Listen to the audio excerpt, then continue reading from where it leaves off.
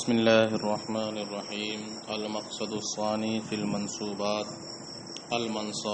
أسماء المنصوبة 12 قسما: المفعول المطلق وبه وفيه وله ومعه ولها والمستثنى واسم إن وأخواتها وخبر كان وأخواتها والمنصوب بلا التي لنفي الجنس وخبر ما ولا المشبهتين بليس.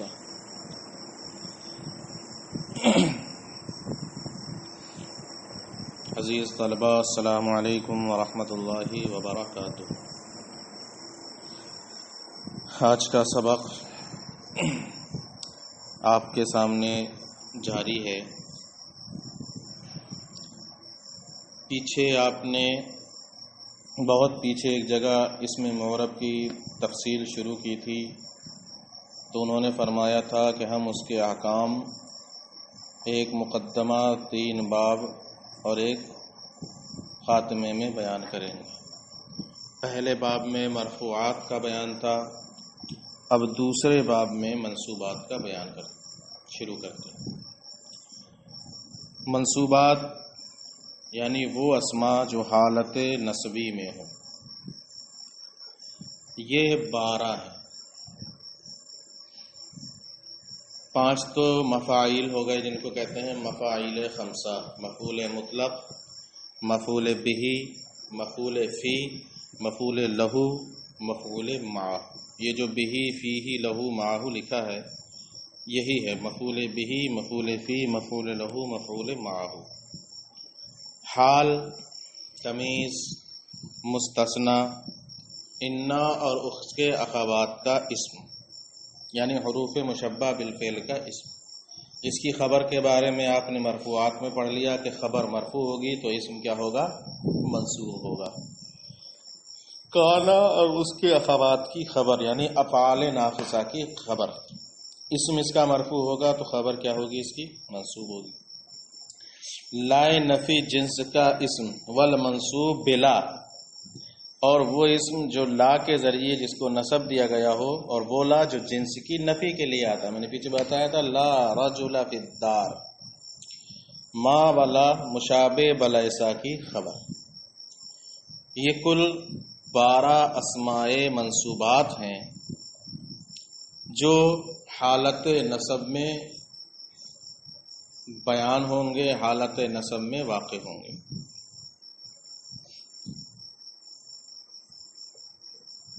کچھ چیزیں تو ایسی ہیں جن کے مرفوعات کو یعنی جن کے اسماء کو آپ مرفوعات کے بیان میں پڑھ چکے، جیسے حروف مشبہ بالفعل کی خبر، کانا اور اس کے اخوات کا اسم، ایسے ہی لا نفی جنس کی خبر، ما ولا مشابہ بلیسا کا اسم. یہ سب ان کے مرفوعات تھے. کچھ چیزیں اس میں نئی بھی ہیں جیسے حال ہے، تمیز ہے، مستثنی ہے، مفاعیل خمسہ ہیں. یہ سب چیزیں کل ملا کر ہو گئیں 12. اب ہر ایک کی تفصیل یہاں سے شروع کرتے ہیں. تو اس کا ترجمہ بالکل واضح ہے.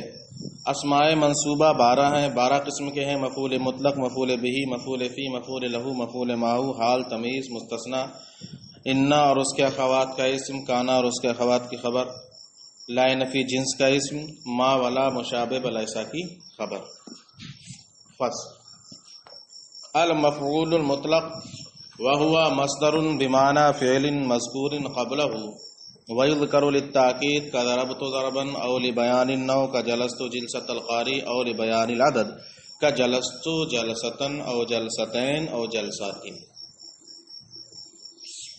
اب چونکہ منصوبات کو انہوں نے بیان کیا تو سب سے پہلے مفعول مطلق کو استعمال کیا تھا، اس لیے تفصیل بھی سب سے پہلے مفعول مطلق کی کرتے ہیں. مفعول مطلق کی تعریف بیان کرتے ہیں کہ مفعول مطلق وہ مصدر ہے جو اس فعل کے معنی میں ہو جو فعل اس سے پہلے ذکر کیا گیا. یاد رکھنا مفعول مطلق کیا رہے گا؟ مصدر. اور وہ مصدر بھی اسی معنی میں ہوگا جس معنی میں اس سے پہلے فعل ذکر کیا گیا ہو. جیسے ضربت ضربن، ضربت ضربن، ضربن یہ مفعول مطلق ہے، فعل کے بعد واقع ہو رہا ہے کس معنی میں ہے؟ وہی ضرب کے معنی میں. اور اس سے پہلے جو فعل ذکر کیا جا رہا ہے ضربتو، یہ اسی فعل کے معنی میں ہے کہ نہیں معنی میں ہے؟ اس کا معنی بھی تو ضرب ہے. ٹھیک ہے، تو وہی کہنا ہے کہ مفعول مطلق وہ مصدر ہے جو اس فعل کے معنی میں ہو جو فعل اس سے پہلے ذکر کیا گیا ہو. یہ مفعول مطلق کی تعریف ہوئی.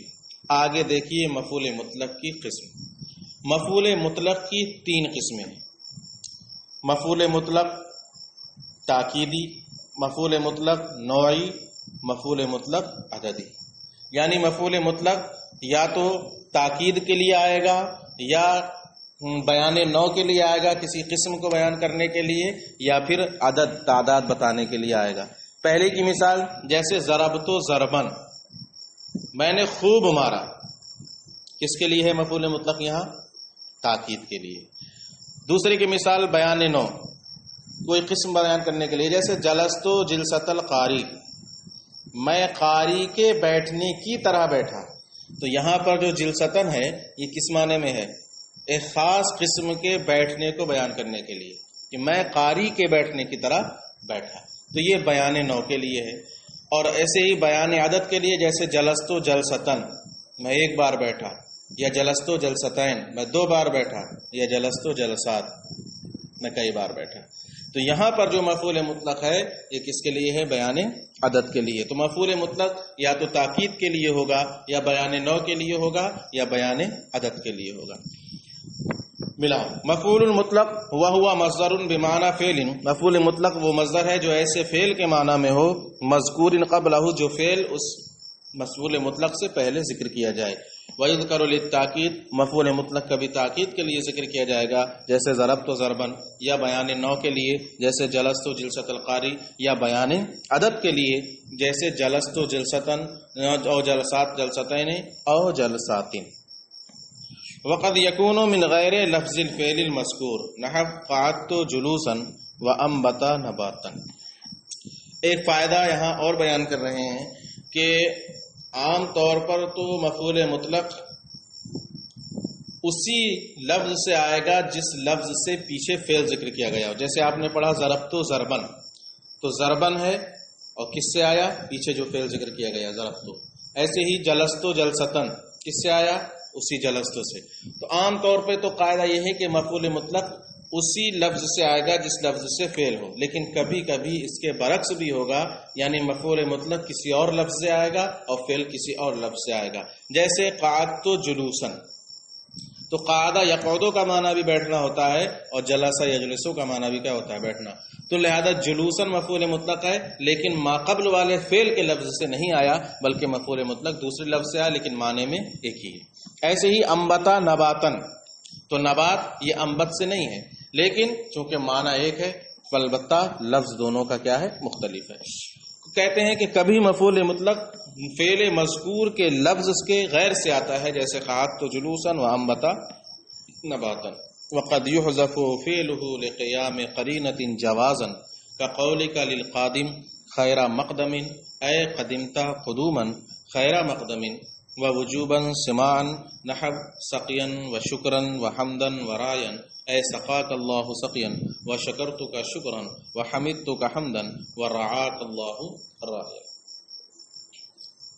آخری فائدہ یہاں یہ بتانا چاہ رہے ہیں کہ مفعول مطلق کے فعل کو کبھی کبھی قرینے کی بنیاد پر حذف کر دیا جاتا ہے.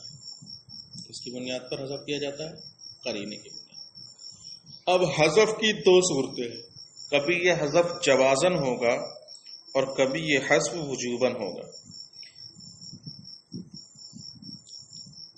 جوازن کی مثال جیسے کوئی سفر سے آیا اور آپ نے کہا خیر مقدم.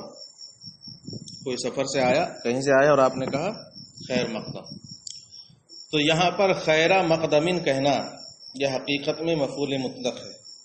ٹھیک ہے، ہونا چاہیے تھا قدمتا قدومن خیر مقدمن، لیکن فعل کو ذکر نہ کیا گیا قرینے کی بنیاد پر. قرینہ کیا ہے؟ آنے والے شخص کی حالت، آپ اس سے ہی کہہ رہے ہیں خیر مقدمین، اس کا مطلب یہ ہے کہ آپ اس کا استقبال کر رہے ہیں، آپ قدمتا قدومن کہنا چاہ رہے ہیں، لیکن آپ نے اختصار کے طور پر فعل کو حذف کر دیا ہے اور اس کو بس کہہ دیا کیا خیر مقدم، اور یہ مستعمل بھی ہے۔ تو آنے والے کا آنا یہ خود اس بات کا قرینہ ہے کہ یہاں پر مفعول مطلق کے فعل کو کیا کر دیا گیا ہے، حذف کر دیا گیا ہے۔ تو یہ جوازن کی مثال ہے، تو وہی کہتے ہیں کبھی اس کے فعل کو جوازن قیام قرینہ کی بنیاد پر حذف کر دیا جاتا ہے، جیسے کہ آپ کا قول آنے والے کے لیے خیر مقدم اے قدمتا قدومن خیر مقدمین و وجوبن، اور کبھی مفعول مطلق کے فعل کو وجوبی طور پر حذف کیا جائے گا۔ وجوبی طور کا تعلق تب ہوگا جب کہ اس کا تعلق سما سے ہوگا۔ سما کا مطلب اہل عرب اپنی زبان میں جب بولتے ہیں تو وہ ان جگہوں پر مفعول مطلق کو بولتے ہیں، اس کے فعل کو مطلق طور پر کیا کر دیتے ہیں، حذف کر دیتے ہیں۔ اور سمان کا مطلب ہی یہ ہے کہ ہمارے پاس کوئی ایسا قرینہ نہ ہو، کوئی ایسا قاعدہ نہ ہو کہ اس قاعدے کی روشنی میں ہم کسی اور فعل کو بھی اس پر قیاس کر کے حذف کر دیں دوسری جگہ مفعول مطلق کے فعل کو۔ یعنی بس اہل عرب سے ہم نے ایسے ہی سنا ہے، اس کا تعلق سما سے ہے، وہ ایسے ہی بولتے ہیں تو ہم بھی کیا کر رہے ہیں، ایسے ہی بول رہے ہیں، کوئی اس کا قاعدہ قانون نہیں ہے۔ پہلے کی مثال جیسے سقین، یہ ہے سقاک اللہ سقین۔ ایسے ہی دوسری مثال ہے شکرن، اے شکرتک شکرن، حمدن اے حمدتک حمدن، رعین اے رعاک اللہ رعین۔ تو یہ چار مفعول مطلق ہیں جن کے فعل کو وجوبی طور پر حذف کیا جاتا ہے، اور کیوں حذف کیا جاتا ہے، سمان، یعنی اہل عرب سے ہم نے ایسا ہی سنا ہے، بس اس سننے کی بنیاد پر ہم یہاں پر مفعول مطلق کے فعل کو کیا کر رہے ہیں، حذف کر رہے ہیں۔ جیسے وہ حذف کر دیتے ہیں ایسے ہی ہم بھی حذف کر رہے ہیں، اس کے لیے کوئی خاص قاعدہ یا قانون نہیں ہے۔ یہ آج کا آپ کا سبق ہے، مختصر ہے، اس کو ملا کر محفوظ کر لیں۔